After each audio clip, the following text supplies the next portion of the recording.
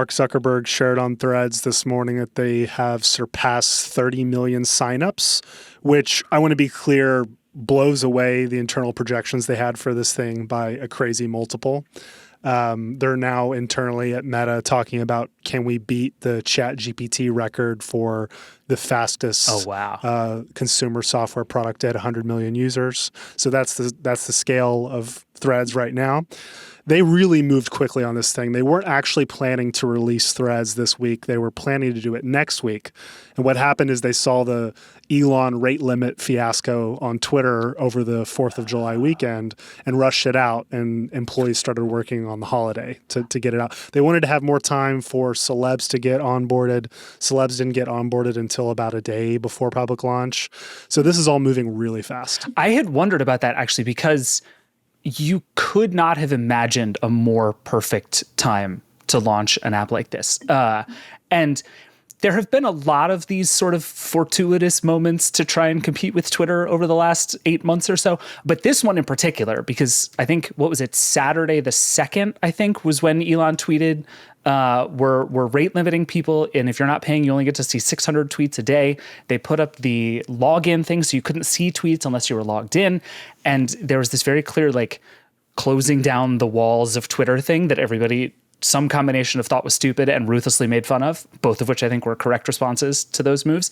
But then I was just thinking about this yesterday as this launch happened. Like, holy God, what a perfect moment if I'm a Meta executive sitting there saying, we're about to launch a thing that kind of looks a lot like Twitter.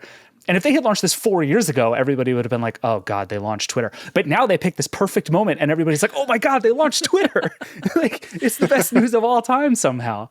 I thought it was impressive that they got around, like, a lot of people might have assumed that the rate limiting and everything was in reaction to the impending launch. And it was like, no, this is very clearly, these guys suck. We're going to do it too. And hopefully we suck less. How weird is it that we're talking about Meta in like the context of a good guy almost right now? Yeah. Very strange. I think that's, like, I don't want to call them a good guy, but kind a of more pleasing alternative. Okay, that's more fair, I guess. But like, Zuck is on Threads, like, boasting about how many hours he gets to sleep a night and posting pics of him spending time with his baby in the morning. He's like, I have a wife and a bed. Record signups. Like, it's just this level of like them feeling good and getting really positive energy that I haven't seen in a very, very long time for Meta. It is really fascinating. And that's actually, you talked to Adam Mosseri, I think, in like the hours running up to the launch. Yeah. And that was one of the things you guys talked about, right? Because there are two things about being Meta that are very funny to me here. One is that, like, over the last, say, half decade, I can't think of a company, more people have said, oh, maybe they shouldn't be in charge of all of our social networks. Like, Meta has not been a company you want running your social life over the last several years. And then on the flip side, Meta's history of launching new apps is like as bad as any company other than Google that I can think of. It launched a thing called Threads already and killed it. Yeah.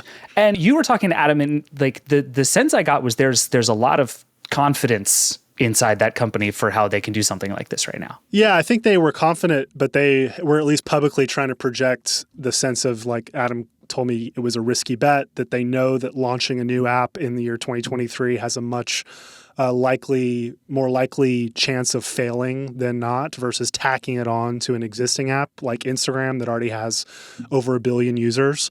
I think they're being proven in their early signups that the instinct was right to split it off. And as Mosseri kind of explained it to me, the main reason for doing so is they wanted to give equal weight to not only the posts, but the comments. And on Instagram, that's just really not an intuitive experience. It doesn't make sense on Instagram. And it's really Twitter's magic.